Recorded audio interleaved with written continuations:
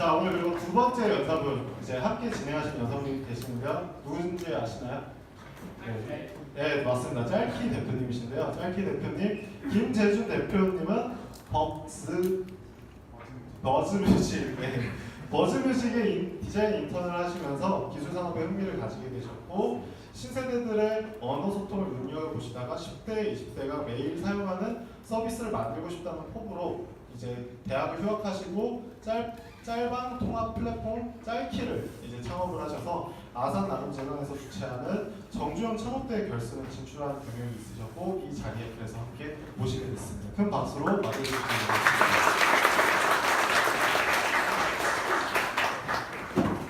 네, 앞에 조명 한번 켜주시겠어요? 네.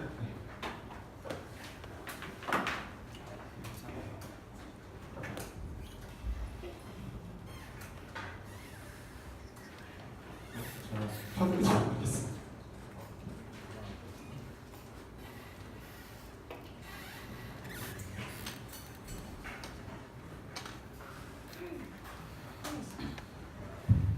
네, 잘 들리시나요? 네. 네, 안녕하세요, 대표님. 네, 어떻게 좀 긴장되시나요? 네, 긴장. 네, 약간.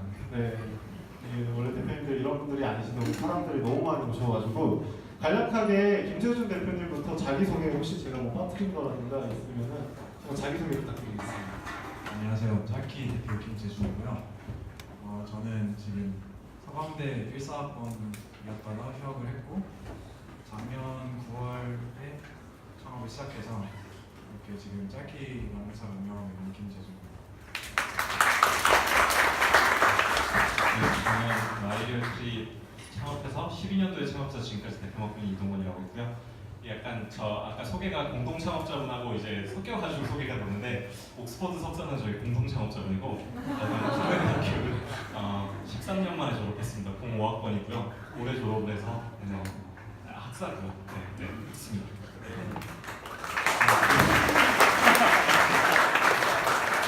죄송합니다. 네, 옥스퍼드인데. 네. 두 분에게 이제 저희가 이제 인터뷰 진행 전에 사전에 인터뷰를 이제 궁금한 것들을 이제 어느 정도 받았었어요. 이제 대표적으로 한 5개를 먼저 한번 질문을 드릴게요. 그래서 첫 번째 질문이 어떻게 스타트업을 하시게 됐는지, 두 분 다 이제 어떻게 보면 학생일 때 학생 졸업을 하시고 또는 두 분 다 휴학이실 때 시작을 하셨는데 어떻게 시작을 하셨는지 이동건 대표님부터. 네, 저는 제 전공은 경영학인데요.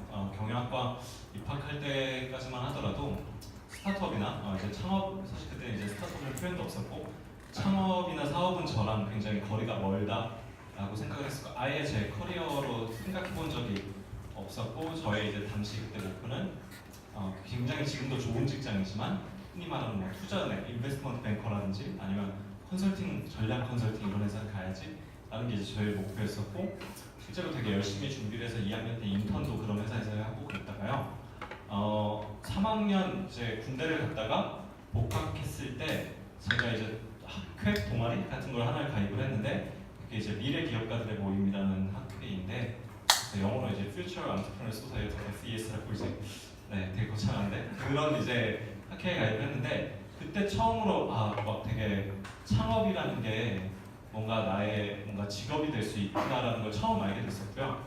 하필 그때 또 이제 스티브 잡스가 굉장히 팍 뜨고 아이폰 3GS가 출시됐던 시절이었어요. 그때 2009년 가을이었었고 그러면서 막 모바일 이런 것들이 되게 나왔었고 그때 제가 좀 이제 저의 되게 좋은 장점 중 하나라고 생각하는 건 저는 머릿속에 약간 이렇게 뭘 하고 싶다고 떠오르면은 그거를 되게 머릿속 아이디어로 그냥 두지를 못하는 성격이어서 그냥 해봐야겠다라고 했던 게 이제 3학년 때 제가 첫 창업을 했었고 아쉽게도 그거는 너무 잘 안 돼가지고 1년 만에 접고 4학년 졸업반 때 도전했던 게 이제 마이리얼트리입니다.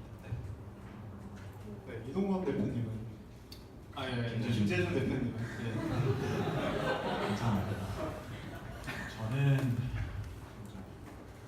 저는 이제 원래 하고 싶은 게 대학교 저학년 때는 되게 갈팡질팡 하잖아요. 뭘 하고 싶은지.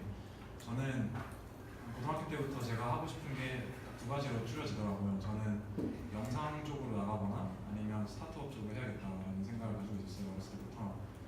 이게 둘이 완전 다른 길이라고 저도 생각했는데 사실 비슷한 점이 동강 대표님도 얘기했지만 뭔가 머릿속으로 비주얼라이즈 한 게 있으면 그걸 현실화하는 건데 그걸 어떤 폼에서 담는 건지 그 사업인지 뭔가 영상 제작물인지 그거에 따라 다른 것 같거든요.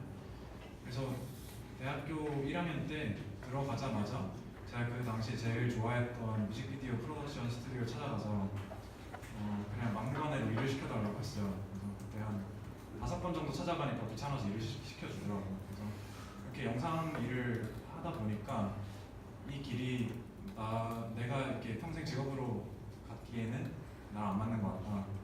뭐 여러 가지 기준에서 그랬지 뭐 결론은 그거였고 그 다음부터는 사업을 한번 시도를 해봤어요. 뭐 사업이라 할 건 없고 그냥 주변에 아는 친구들 모아가지고 몇 번 이제 아이디어를 가지고 이런 거 해볼까 저런 거 해볼까 이렇게 막 건드리면서 하다가 그 앞에 한 2개 정도는 프로젝트를 말아먹고 마지막으로 이제 가장 최근에 한 게 짤키였어요. 짤키를 준비를 하시면서 어떻게 보면 사업을 하고 싶으셨던 거예요? 아니면 짤키라는 그 프로덕트를 만들어 보겠다는 게 먼저셨나요? 네, 저는 확실히 후자였어요. 저는 제가 만들려고, 그러니까 제가 쓰려고 만들었기 때문에 이거 아이디어를 생각한 것 자체가 제가 그 아는 여자 후배가 있었는데 지금도 있죠, 걔 아직도 있는데 다른 스토리가 나오지 않을까? 네, 걔랑 카톡을 하다가 그 짤방을 이제 서로 보내는 거 좋아했거든요. 저도 이제 그냥 뭐만 짤방 보내는 거 좋아했는데 말하다가 문득 생각해보니까 이 과정이 너무 귀찮고 짜증나는 거예요. 왜 이런 복잡한 과정을 거쳐야 되지? 심지어 이거를 뚝딱뚝딱 만들 수 있는 기술은 이미 있는데 이거 왜 아무도 안 만들었을까? 보니까 해외에 이미 있더라고요. 그런 제품이. 그래서 이거 내가 안 만들면 남이라도 만들겠다 싶어서 내가 만들자 해서. 대표님은 어떠셨어요? 여행을 좋아하셨나요? 아니면 사업을 그냥? 물론 여행 굉장히 이제 좋아했었는데요. 저는 좀 전자 케이스였던 것 같습니다. 이제 학회에 들어갔고 사업이라는 게 내 커리어가 되게 될 수 있겠구나라고 생각하고 학회에서도 가장 많이 연습했던 게 이제 뭐가 유망한 아이템일까, 무슨 마켓이 뜰까 이런 거에 관해서 이제 많이 연습들을 했었고 자연스럽게 이제 사업도 이제 그런 관점에서 접근을 했고 첫 번째 제가 했던 게 이제서야 굉장히 이제 유망한 산업 크라우드 펀딩을 저는 이제 2010년에 한 거죠.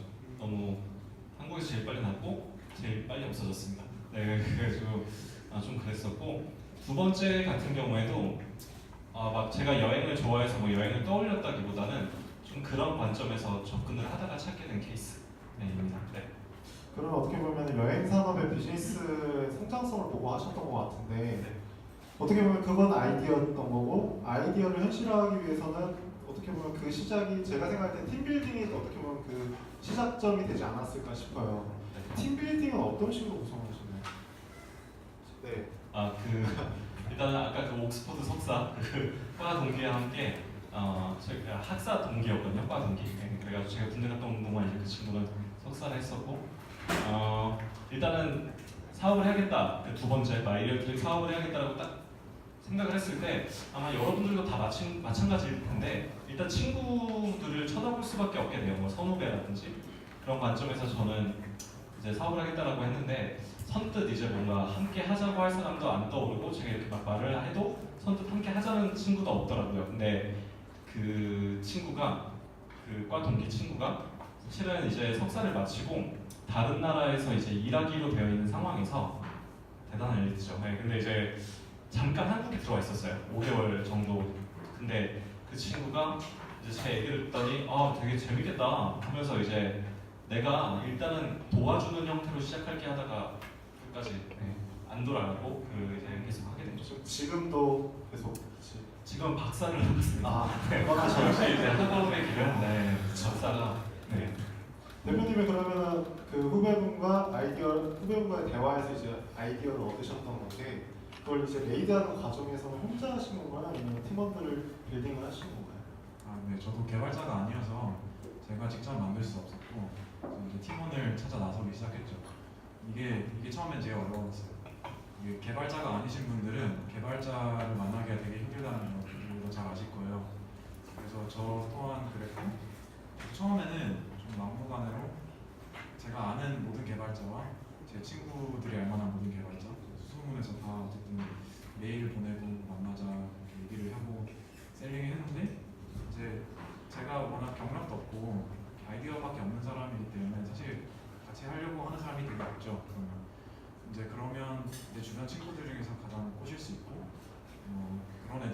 따라서 하다가 이제 그들은 회사가 설립되기 전에 나가게 되고, 그래서 새로운 멤버들로 지금 꾸린 게 법인 설립할 때 멤버들. 그래서 그 멤버는 지금 쭉 가고 있거든요.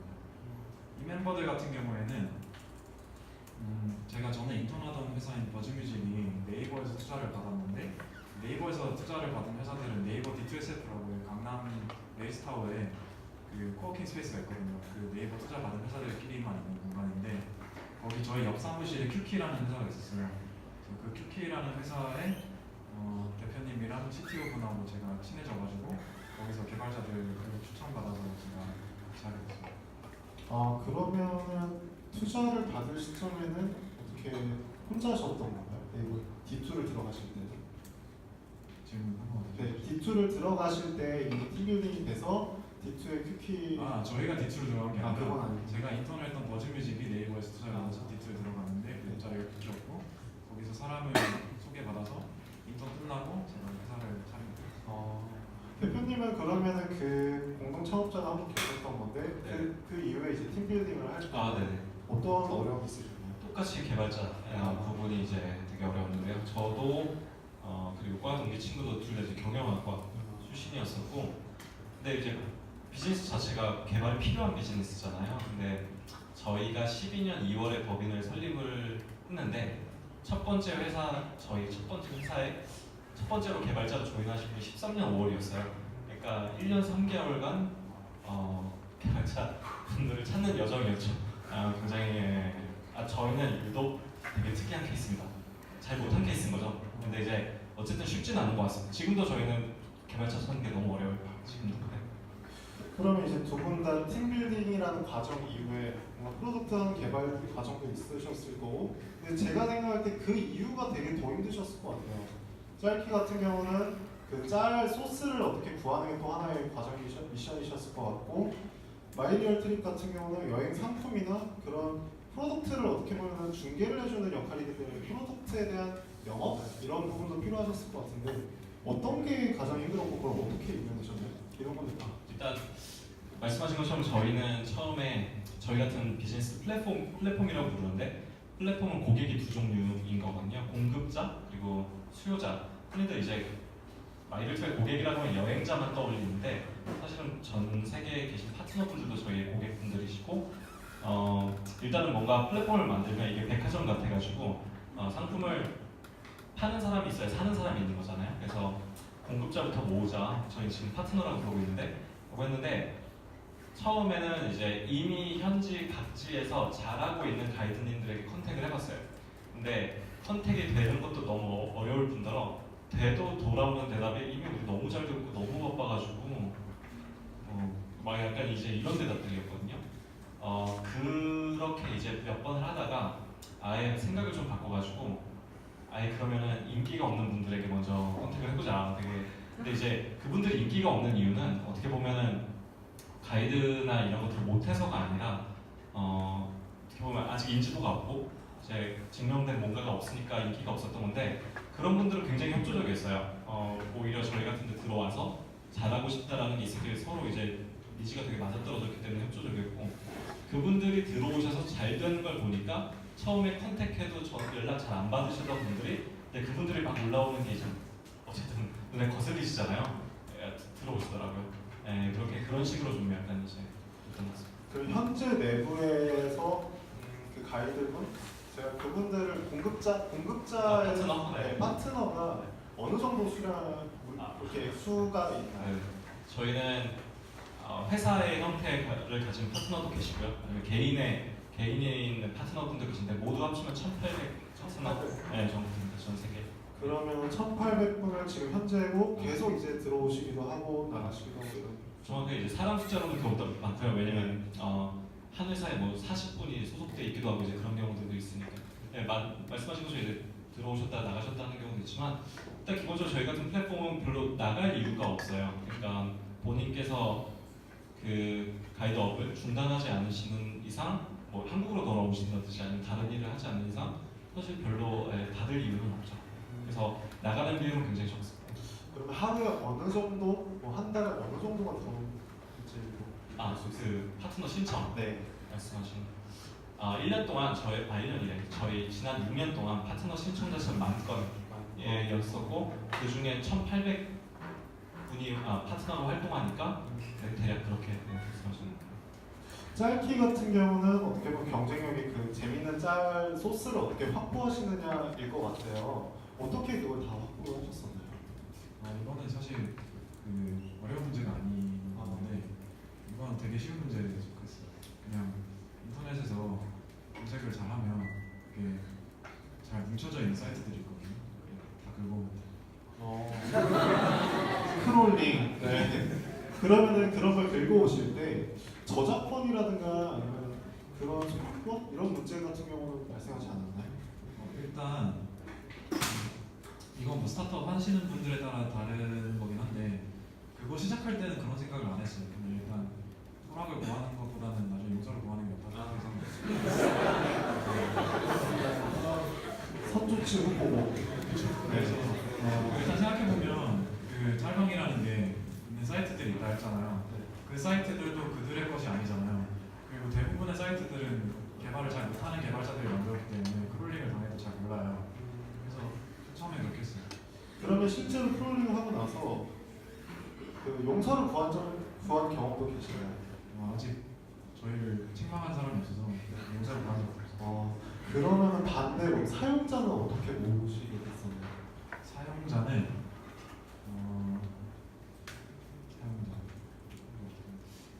일단 저희가 지금은 광고를 안 하고 있거든요. 지금은 광고를 안 하고 있는데 처음에 제품을 만들 때 이게 제대로 만든 건지 확인하기 위해서는 한 번쯤 돈을 써서 뿌려보는 게 좋아요. 왜냐하면 내가 괜찮다고 생각하면서 만들면서도 계속 유저들한테 물어볼 거 아니야. 서베이도 해보고 이거 괜찮은 거 아니냐, 네가 원하는 게 이거 맞았냐, 이거 쓰니까 실제로 네 문제를 해결 수 있는 이런 거 물어가고 실제로 우리가 모르는 사람들이 써봐야 된다. 그래서 광고를 처음에 태웠는데 그때 작년에 저희 이주용이라고 는 페북에 광고 만화 그리는 사람 있잖아요. 그 사람한테 한번 광고를 했었고 그리고 제 동생이 트윙이어가지고 동생이 트위터 계정으로 이제 한번 해드려줬더니 아트 이메일. 네. 네. 그랬더니 이렇게 사람들이 많이 오더라고요. 그래서 그때 이제 그 수치 보고 이거는 제대로 만들긴 했네. 그러면 이제 그다음부터는 뭐 다른 것들에 집중을 시작했죠. 현재 안드로이드랑 iOS 둘 다 출시를 한 걸로 알고 있는데 맞으시죠? 네. 사용자는 어떻게 되는지 저희가 지금 사용자가 많지는 않아요. 한 4만 명밖에 안 돼요. 그 만드신 짤키라는 서비스에 뭐 예를 들어서 페이스북 같은 경우는 페이스북에서 댓글에 이제 제가 정확히 GP? 깊이. 네, 기피라는 서비스랑도 비슷한 것 같았어요. 네. 근데 짤키가 지금 운영을 하시면서 가지고 있는 경쟁력이라고 하면 뭐가 있을까요? 일단 저희 경쟁력 되게 시기적절하게 잘 모르지만 제가 오늘 경쟁력 능선을 만들다 왔는데 네, 잘못 보였는데. 저희 경쟁력은 일단 아시다시피 미국에는 기피도 있고 테너도 있고 뭐 기피캣, 이미저 이런 서비스들이 많아요. 한국에는 짤방 사이트들이 있는데 이걸 API 형식으로 만들어 놓은 회사는 저희밖에 없어요. 그게 유일하다가 가장 큰 경쟁력이고 다른 회사들 아까 해외에 있는 회사들이랑 좀 뭐가 다르냐? 해외에 있는 회사들은 한국 컨텐츠가 별로 없어요. 있다고 하더라도 그러니까 보통 그 아이돌 짤들은 있는데 걔네도 크롤링을 통해서 한 거기 때문에 한글 검색 결과가 좋지 않아요. 그리고 특히나 감정 검색이나 비속어나 약간 신조어 같은 걸 검색했을 때 결과가 거의 안 나오거든요. 저희는 일단 그런 검색 결과가 다 있고 한국에 특화된 짤방 컨텐츠를 가지고 있다. 첫 번째고 두 번째는 저희가 실제로 유저들한테 필요한 기능을 제공해줘요. 그러니까 저희도 마리트처럼 고객이 실제로 짤키를 이용하는 유저들도 있지만 짤키라는 API를 자사 사이트나 앱에다가 연동시키는 파트너들도 저희의 더 중요한 고객들이거든요. 그래서 저희가 지금 광고를 안 하고 있는 거예요. 왜냐하면 파트너 하나 뚫으면 우리가 광고비로 소비해야 될 돈은 꽤 많은데 광고를 안 쓰고도 얘네 켜서 그냥 얘네 우리 유저를 쓸 수 있잖아요. 아무튼 그런 건데 얘네가 원하는 게 어떤 게 있냐면 짤방이 보면 욕설도 많고 선정적인 것들도 가끔씩 있고 이래가지고 그런 것들을 필터링하고 싶어 해요. 그래서 저희가 그 국내 영상 등급 심의 기준을 맞춰서 실제로 저희 코파운더들이랑 저랑 맨날 그거를 심의를 해요.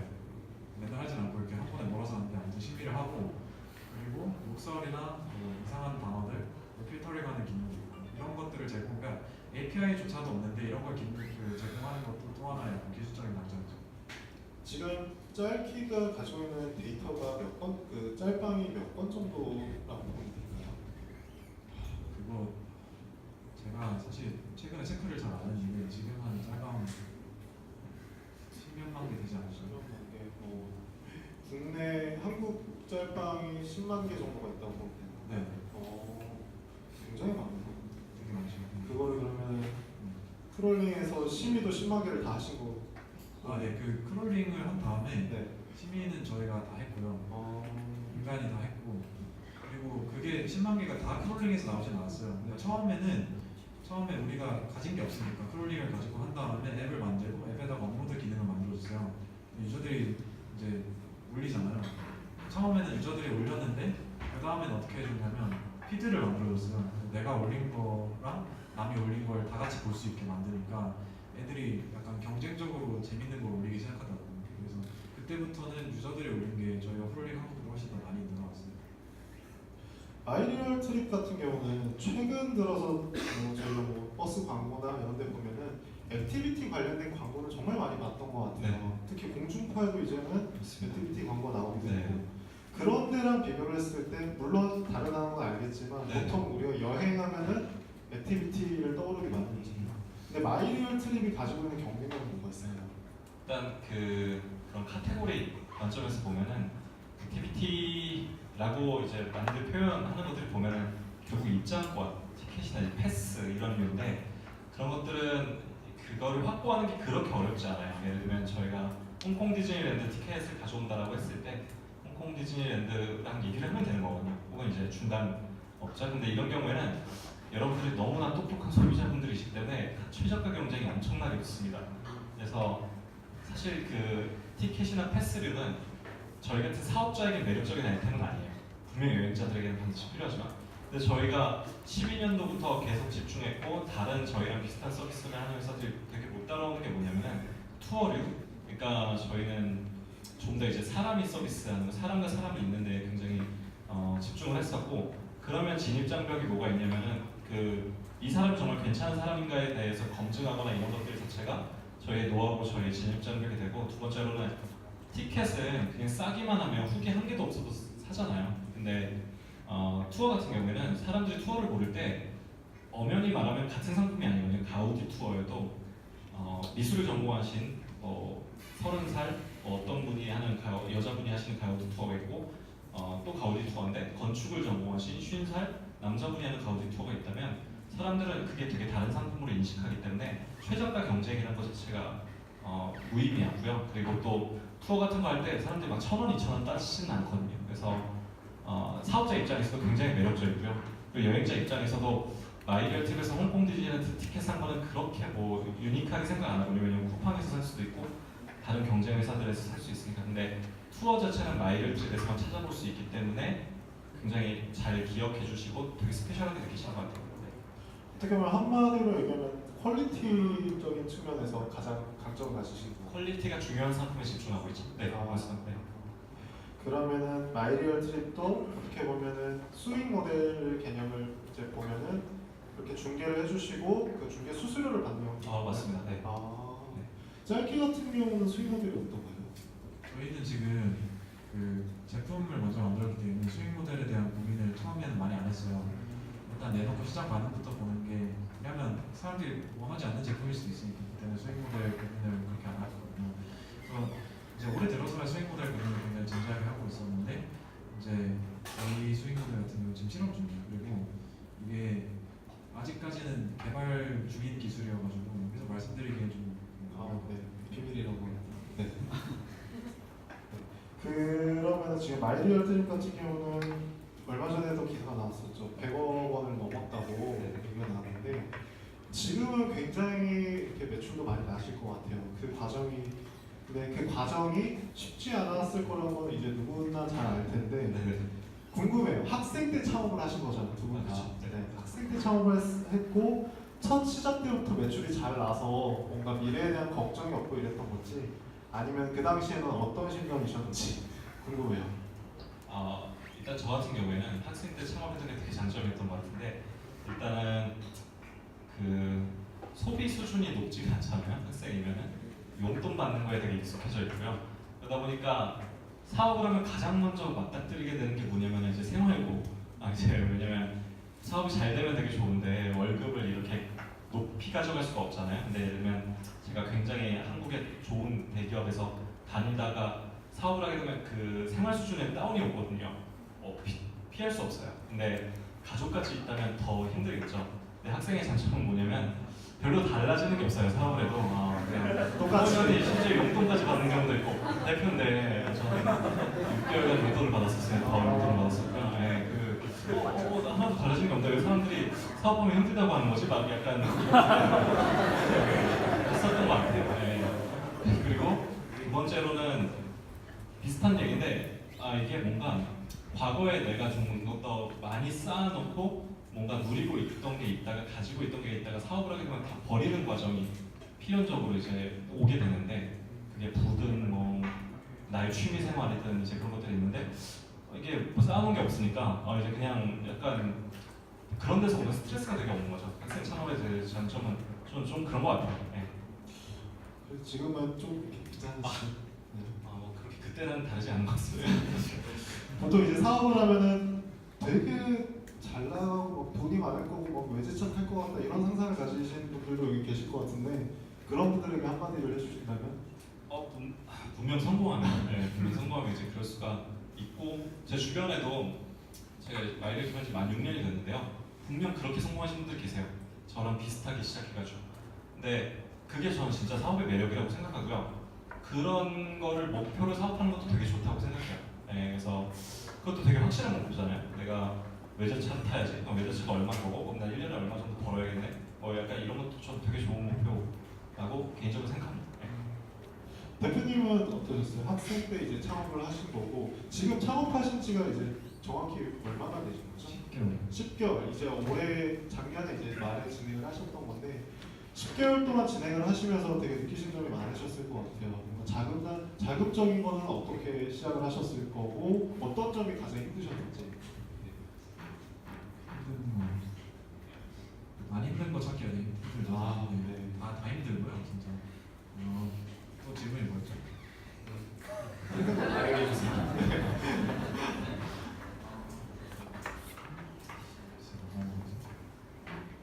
일단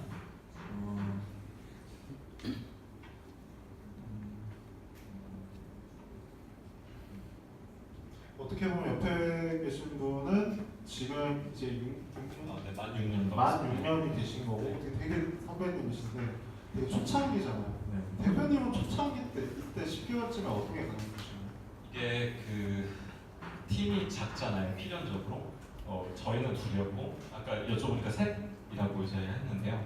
이 팀이 작으면 어떤 일이 일어나냐면 계속 부대끼다 보니까 어떨 땐 되게 의지가 되는데 싸우면 끝도 없이 싸우게 되고 뭔가 이제 그 과정이 굉장히 약간 이제 지치는. 근데 상대적으로 좀 반면에 우리가 앞으로 나아간다는 느낌만 있었으면 그 싸우는 것도 되게 보람이 있었을 것 같은데 매출이나 방문자나 그런 숫자가 하나도 변하지 않는 상황에서 싸우는 토론이라고 표현했죠. 저희는 이제 토론의 수는 굉장히 이제 잦아지고 이러면서 좀 그런 생각을 많이 했던 것 같아요. 정말 딱 한 10개월 정도쯤에 이 방향이 맞나? 라는 생각 되게 많이 했고 그게 제일 힘들었던 것 같습니다. 대표님은 그럼 세 분이신데 네. 팀원 간에 이제 뭐 불화라든가 그런 적도 있으신가요? 한 번도 없었어요. 한 번도 없어요. 굉장히 지금 좋은 팀워크를 가지고 계신데 네. 혹시 대표님은 되게 좋은 분이니까 박수 한번 부탁드리겠습니다. 제가 개인적으로 궁금한 건데 스타트업 시작하기 전에 다른 회사에서 일해보신 적이 있나요?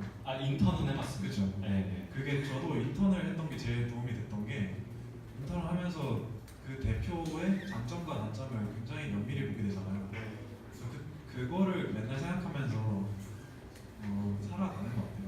그래서 불화가 없는 게 사실 좋은 거라고 하기도 힘들거든요. 불화가 없는 건 불화가 없는 거고 이게 좋다 나쁘다는 결과로 나오는 거기 때문에 그게 좋다고 할 수는 없지만 저희가 불화가 없는 이유는 일단 그 그러니까 저희 나머지 파운더 3명 있잖아요. 그 사람들의 입장에서 한 번만 더 생각하면 내가 해야 될 말과 안 해야 될 말을 좀 더 생각할 수 있고, 그리고 기본적으로 똑똑한 사람들은 가만 냅두는 게 최고예요. 저는 그냥 가만 냅두거든요. 그게 최고인 것 같아요. 만약에 가만 냅뒀는데 네. 정말 가만히 있었다. 네. 그런 것 또한 문제가 되지 않을까요? 아 그러면 없애야죠. 아, 근데 아직 그러지 않아서 세 분이서 끈끈이 계속. 그렇죠. 그 전에 사람들이 그래서 없어진 거고. 아, 없으시죠. 그리고 창업을 처음 시작할 때 되게 궁금한 게 많은 분들이 궁금하시는 게 자금은 어떻게 시작을 하는지 그것도 궁금할 것 같아요. 네. 보통은 뭐 정부 지원금을 받는다든가 공모전 상금이나 아니면 흔히 말하는 MF 펀드, 마더파더 펀드를 선택을 하기 마련인데 대표님은 어떠셨나요? 저희는 법인 만들기 전에 정주영 창업경진대에 들어왔잖아요.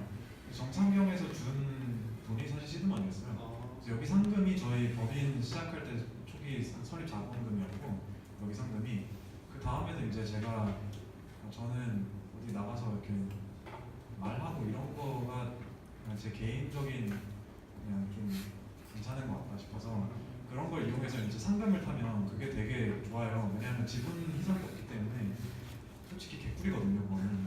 그래서 그거 상금을 타고 정부 지원금 타고 이렇게 해서 저희는 그걸로 지금 계속 버티고 있어요. 그러니까 지분 희석을 최대한 안 당하려고 하는 거고, 물론 이것도 회사마다 달라요.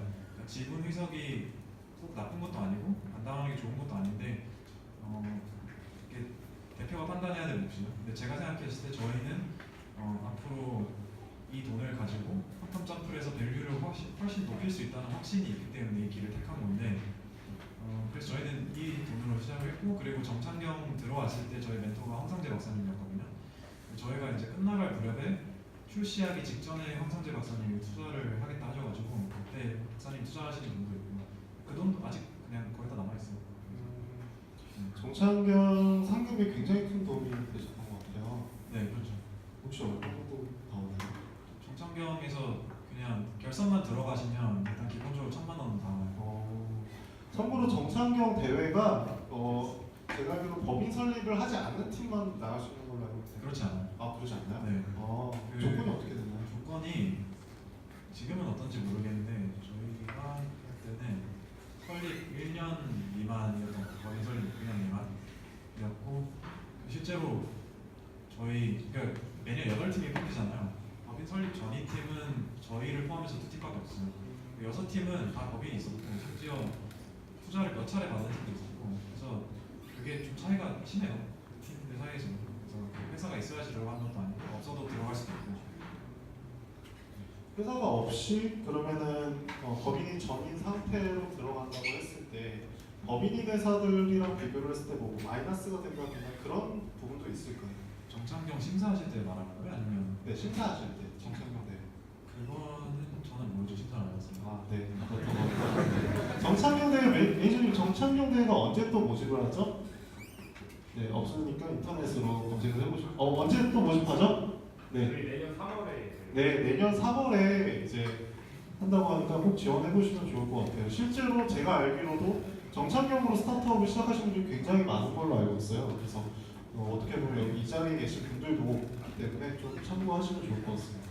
대표님은 처음 시작할 때 자금은 어떻게 하셨나요? 일단 저희는 처음 시작할 때 프라이머라는 엑셀러레이터이죠. 네, 초기 엑셀러레이터로부터 이제 법인 설립 전에 투자 약속을 받아서 되게 운이 좋았던 케이스였고요. 그게 이제 가장 기초적인 돈이 됐고, 법인 설립이 되면서 이제 실제 투자가 이루어졌고, 그 다음에 정주영 창업경, 그러니까 2월에 법인 설립해서 투자가 이루어졌고, 7월에 제격의 정주영 창업경진대회 제가 1회인데 1회 그때는 상을 이제 타야지만 상금이 나왔는데 네, 전 우수상 받으면서 상 받았고, 그리고 정부 지원상 이렇게 3개였던 것 같습니다. 네. 그러면은 프라이머에서 어떻게 보면 법인 설립 전에 투자 약속을 받으셨던 건데 네. 그때가 시작하시고 팀이 이제 두 분이서 시작하시고 얼마 만에 그런 결과가 나타났나요? 그게 되게 재밌는 건데요. 제가 아까 아이템 관련해서 크게 이제 물론 제가 여행을 좋아하지만 여행에서 막 엄청 동기를 받아서 한 건 아니라고 말씀드렸었는데, 사실은 아이템을 안 정한 상황에서 이런 강연, 같은 거를 갔었어요. 프라이머가 하는 강연을 대학생들 상대로 하는 강연이었어요. 그래가지고 거기 가서 막 강연을 하는데 뭐 되게 좋은 말씀 많이 하셨죠. 그래가지고 이제 막 이제 적고 그러는데 딱 강연이 끝났을 때 그 앞에 계신 프라이머의 대표님들은 사실은 투자자이기도 하지만 되게 전설적인 회사들의 창업가들이시잖아요. 만나보기 되게 어려운 분들인데 제가 가가지고 아무도 이제 가서 그분들께 말 거는 사람이 없더라고요. 그래서 제가 가가지고 제가 이제 첫 번째 사업은 잘 안 되고 두 번째 사업을 준비 중인데 조언 좀 받을 수 있을까요? 라고 했더니만 그러면 언제 되게 흔쾌히 생각보다 흔쾌히 언제 어디로 와라라고 하셔가지고 갔더니 그때 왜 제가 첫 번째 사업이 안 된 것 같냐라고 되게 많이 물어보시더라고요. 대부분의 질문이 그거였어요. 근데 이제 자기 스케줄이 또 금방 이제 있어가지고 다음에 또 와라라고 하셔서 다음에 또 갔더니 그때에서야 이제 준비하고 있는 아이템이 뭐냐라고 해가지고 저는 없습니다. 왜냐면 아이템이 진짜 없었으니까요. 그랬더니만 그때 그 대표님께서 근데 난 되게 될 것 같은 아이템이 하나 있는데 말이야. 난 당신이 만든 마음에 들고 당신 팀이 마음에 드니까 이걸로 한다고 하면 투자하겠다라고 했던 게 마이를 들은 아이템이었습니다. 되게 약간 근데 그게 약간 되게 프라이머 제가 알기로는 프라이머 팀 중에 이렇게 한 팀은 저희밖에 없어요. 그래서 이게 통상적인 경우는 절대 아니에요. 여러분 프라이머 지원하실 때 아이템은 있으셔야 됩니다. 그래서 저희는 통상적인 경우는 아니었어요. 되게 좋으셨네. 네, 진짜 이거는 저는 누가 뭐라고 표현하죠. 진짜 두 분 다 되게 대단하신 것 같아요. 그러면 지금 이제 어떻게 보면은 남들이 봤을 때는 정말 월 이제 매출을 이제 100억씩 끌어올리시는 이제 회사고 이제 어떻게 보면 친구들 같은 경우는 아직도 학생이신 거죠. 어떤 친구들? 뭐 학교 친구들. 네, 학교 친구들. 네. 그럼 친구들이 봤을 때 이제 대표님들을 보시는 시각은 어땠나요? 달라졌나요? 아니면 뭐 어떻게 변화가 있었는지. 제 자신이요? 네. 아, 보통 이제 그런 시견을 가질 것 같아요. 보통 창업을 하고 나서 대표됐다며 하면서 그렇게 보는 시간과 이제 실제로 그게 달라진 점이 있으셨는지. 네. 그렇죠. 실제로 굉장히 많이 바뀌죠. 이게 뭐 제가 인생을 그렇게 오래 살지 않아봐서 잘 모를 수도 있지만 제 생각에는 회사를 해본 사람하고 그러니까 자기가 직접 창업해가지고 운영해본 사람하고 안 해본 사람은 그 사람이 다른 것 같아요. 그러니까 누가 낫다 이런 게 아니라 그냥 사람의 느낌이 달라져요. 저는 그런 거 확실히 느꼈거든요. 제가 창업하기 전에도 저도 이제 프라이머의 권두기 대표님한테 투자를 받았던 텔레토피라는 회사가 있어요. 아시죠? 네, 그 텔레토피가 지금은 메이커스에 인수돼서 그 대표님이 딩고의 이사가 되셨는데 개발 이사가 되셨는데 그 형을 저는 이제 동아리 형들을 통해서 소개를 받아서 그 형한테 이제 가서 조언을 구했었거든요. 제가 정창경 창업 이런 거 다 하기 전에. 근데 그때 그 형이랑 또 다른 형들을 만났을 때 느꼈던 점이 그리고 정창경 와서도 여기서도 이제 멘토님들이나 아니면 업계에 훌륭하신 분들 되게 많이 만나잖아요. 그러면 정말 달라요. 사람이 그렇게 뭔가 보는 관점도 다르고 하는 해봤던 고민의 깊이가 다르기 때문에 좀 달라질 수밖에 없다 생각해요. 대단하신 것 같아요. 대표님 어떠셨어요?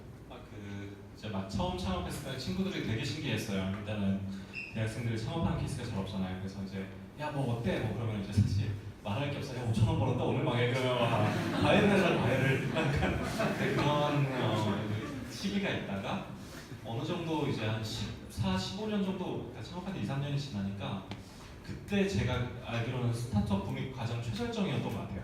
이제 근데 또 어떻게 보면 제 동기들 입장에서는 마의 3년이라고 하잖아요. 이제 어느 직장 들어가면은 3년쯤 되면 내가 지금 잘하고 있는 게 맞나라는 고민이 오는 시기였고 그래서 그때는 친구들이 저한테 연락을 되게 많이 해서 야 사업 어때? 뭐 요새 스타트업이 그렇게 붐인데 이제 어떠냐? 라는 얘기들 되게 많이 해왔었고요. 지금은 이제 뭔가 제 친구들이 결혼하고 그래서 잘 연락이 되시는 편이지. 대표님 언제부터 이 매출이 이렇게 확 증가하셨어요? 저는 최근 2년이었습니다. 최근 2년. 네. 저희가 시간이 이제 어느 정도 돼가지고 오늘 오신 분들의 질문을 좀 많이 들어볼게요. 손을 들어주시면 저희가 마이크를 전달해서 질문을 이제 들어보도록 하겠습니다. 혹시 질문 있으신 분 계신가요? 네. 네, 저쪽에 저희 마이크 이거를 사용해 주시고.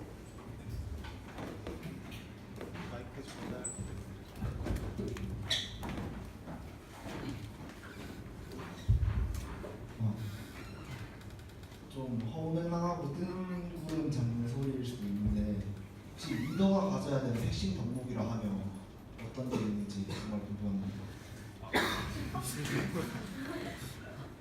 정말 중요한 질문인 것 같습니다. 일단 근데 스테이지에 따라서 되게 다른 것 같아요.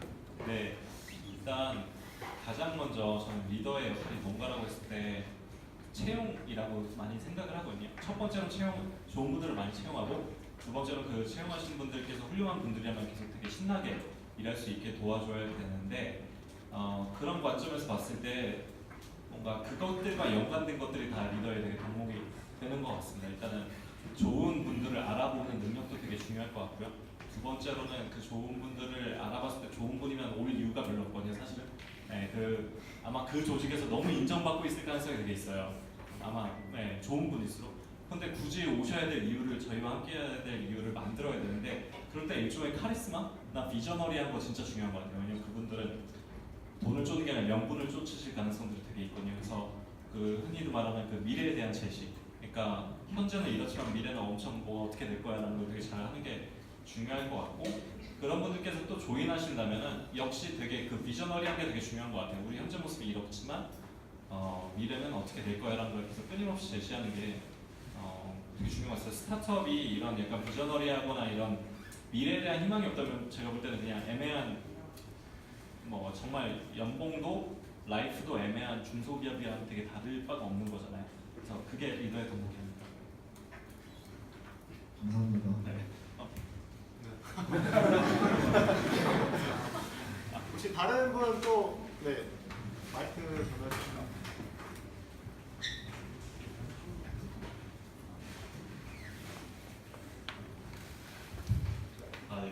말씀하신 거 잘 들었는데 여쭤보고 싶은 게 이동건 대표님께 여쭤보고 싶은데 개발자를 모집하시기 전까지 약 1년 정도나 걸리셨던 것 같은데 그동안 사업이 진척되는 과정도 많이 어떻게 그 기간을 보내셨고 어떤 일을 하셨는지에 대해서 네. 일단 프라이머 투자받은 돈 중에 반 정도를 외주 사기를 당해가지고 일단 어렵게 시작을 했습니다. 근데 사기라는 표현 썼는데 사기라는 표현은 굉장히 저 위주의 표현인 것 같아요. 왜냐면 그분들은 작업을 하셨지만 제가 똑바로 디렉션을 드리지 못했을 뿐이죠. 제가 볼 때는 진짜 엉망진창이었어요. 그러고 나서 기본적으로는 한번 그렇게 호되게 당하고 그 다음에는 좀 믿을만한 지인들을 수소문해서 외주를 하다가 되게 신기하게 그 판교에 네오이즈라는 회사가 있잖아요. 그 네오이즈 다니시는 어느 정도 시니어 개발자 분이었는데 그냥 정말 띡 연락이 와서 마이너즈 이거 되게 너무 재밌고 뭔가 그런데 홈페이지를 보고 정말 한숨이 나왔다. 그래서 이제 내가 되게 도와줄 수 있는 영역이 있을지 모르겠다. 당장은 돈을 받지 않겠다. 다만 이거를 뭔가 1년 안에 얼마 정도의 금액으로 책정해서 1년 안에 갚을 수 있으면 갚고 혹시 못 갚게 되는 일이 있으면은 뭐 그건 그때 가서 또 내고해보자 라고 제안을 주신 분이 있어가지고 그렇게 이제 버텼던 것 같아요. 그런 홈페이지. 감사합니다. 네. 혹시 또 질문? 다들 첫 질문을 되게 기피하시는가 봐요. 네. 네, 안녕하세요. 그 마이리얼 팀 대표님한테 여쭤보고 싶은 게 있어서 있는데 저도 이제 웰니스 여행 서비스를 하고 있거든요. 그래서 처음에 현지 파트너십 어떻게 구축하셨는지 어떻게 그 파트너를 이렇게 연락하셨는지 컨택 방법을 좀 알고 싶습니다. 네. 일단 컨택 자체는 사실은 그냥 모수를 늘리는 수밖에 없는 것 같아요. 최대한 연락할 수 있는 그걸 다 연락을 하는데 보통 그러면 이제 반응이 되게 차갑게 오거든요. 근데 거기서부터는 진짜 약간 끈질기게 예를 들면 저는 연락했을 때 시차가 안 맞잖아요. 그래서 첫 번째로 실수했던 건 시차가 안 맞다는 걸 모르고 연락을 했다고 두 번째로는 시차에 맞춰 연락을 했더니 본인 지금 투어 중이시니까 바쁘니까 나중에 전화하라고 해서 기다렸다가 이제 다시 전화를 했더니 우리는 이제 별로 그런 플랫폼 별로 들어갈 필요 없다 너무 바쁘다 라고 하셔서 이런 식으로 평균적으로 한 5번, 6번씩 계속 전화를 돌렸던 것 같아요. 네. 아, 전화로, 메일로. 이메일, 전화, 직접 출장도 가고요. 언어는 혹시 영어로 하셨나요? 저희는 전부 한국어. 네, 한국 분들이 외국에서는 한국 현지를 나가는. 맞습니다. 감사합니다. 네. 혹시 또 질문? 앞쪽에. 네, 오늘 좋은 말씀 감사합니다. 정말 잘 들었는데요. 저는 창업에 대해서 막연하게 그냥 꿈만 가지고 꿈이라기보다는 관심을 가지고 있는 사람으로서 어떻게 창업을 오늘 하신 말씀 중에서 저는 좀 모르는 생소한 용어들도 참 많았거든요. 근데 이 창업을 관심 있고 한번 해보려고 하는 사람들한테 출발점을 어디서부터 찍어야 될지 발표를 어떻게 잡아야 될지 한번 조언을 한번 구하고 싶어서 이런 질문 한번 드려봤습니다.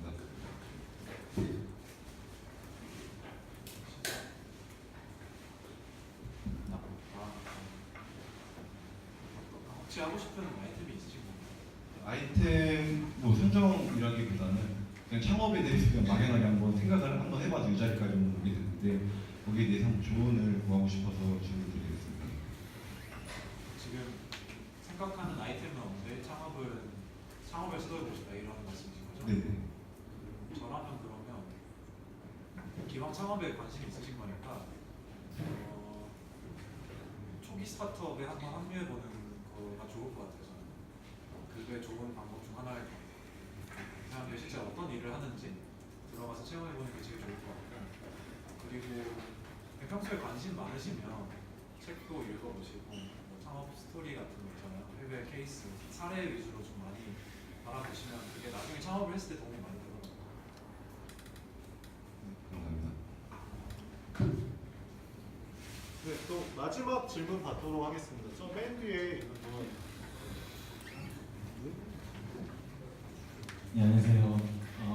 마이리얼티 대표님한테 여쭤보려는데 실제적으로 제가 인기 없는 사람으로서 마이리얼티 파트너로 호주했을 때 진짜요? 했습니다. 계속 했는데 궁금한 게 이제 오토 서비스시다 보니까 아무래도 이제 실제적으로 플랫폼 안에서 계약되지 않고 외부적으로 돌려서 그런 사람들이 이제 또 생기잖아요. 네, 그렇죠. 그런 부분을 어떻게 또 하고 계시는지. 그거를 저희는 용어로 외부 거래라고 이제 표현을 하는데요. 이런 건 진짜 에어비앤비 같은 회사가 너무 좋은 참고 사례가 되었어요. 그래서 에어비앤비 같은 경우도 똑같은 이제 어려움을 겪고 있는 회사고, 예를 들면 저희는 그래서 메시지 창에서 뭐 가이드님께서 근데 마이리얼티 통하면 수수료 내니까 카카오톡 요걸로 연락하세요 그러면 바로 뜨거든요. 저희 슬랙에 저희가 보는 모니터링 이제 하는데 바로 그 채널을 떠서 그런 식으로 되게 줄여가고 있고, 어쨌든 이걸 사람이 일일이 보는 건 답이 안 나오는 거여가지고 최대한 개발이나 그런 걸 통해서 자동화 시켜서 찾아내려 하고 있고요. 근데 원론적으로는 그냥 가이드님들, 파트너님들께서 그냥 수수료를 내도 안 아까울 이렇게 좋은 프로덕트를 만드는 게 원론적이라고 생각합니다. 저희가 오늘 이 인터뷰 세션이 끝나고 나서 이제 대표님들과 이제 같이 네트워킹을 할 수 있는 자리가 있을 거예요. 그래서 앞에 저희 1시간 동안 저희들과 이제 네트워킹을 했었고, 지금 인터뷰 이후에 앞으로 1시간 동안도 역시 여러분들과 그리고 여기 계신 연사분들과 함께 네트워킹이 가능하기 때문에 질문이 있으셨던 분들은 함께 이 자리에서 같이 질의응답을 함께 나눠주시면 감사하겠습니다. 오늘 1시간 동안 거의 쉬지 않고 풀로 이제 인터뷰를 진행했는데 어떠셨나요? 네.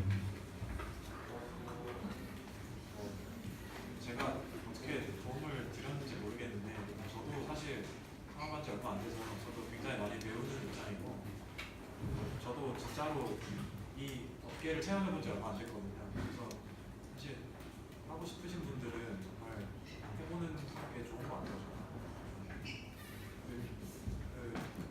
질문 아까 보니까 손드신 분들 많던데 나중에 질문 그냥 편하게 해주시면 제가 저한테 질문을 하신다면 제가 열심히 답변드릴게요. 저는 이런저런 행사에 초대를 받는데 잘하는 거 아니고 이런저런 행사에 초대를 받는데 거의 안 나가는데, 유일하게 제가 나가는 거는 대학생분들이 오는 행사에만 나가거든요. 저는 왜냐하면은 저희 회사는 항상 되게 좋은 분들과 되게 함께 하는데 관심이 많고, 저는 저의 역할이 채용 쪽에 되게 중요한 게 있다고 생각을 해가지고 인턴이라든지 정규직 포지션 되게 많이 지금 열려 있어가지고요. 원티드나 로켓펀치, 그리고 저희 회사 자체 블로그나 채용 페이지에서 한번 확인해 보시고 한번 또 관심 있으시면 많이 지원해 주시면 감사하겠습니다.